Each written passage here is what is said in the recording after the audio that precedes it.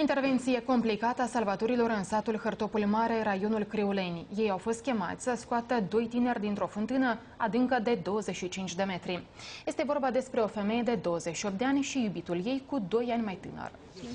Încet, încet. Давай, давай.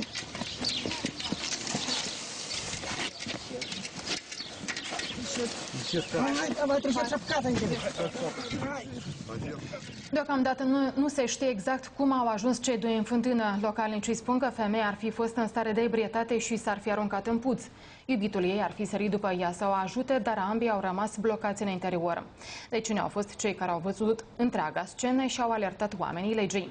Salvatorii au scos din fântână pe cei doi, iar un echipaj smurd le-a acordat primul ajutor.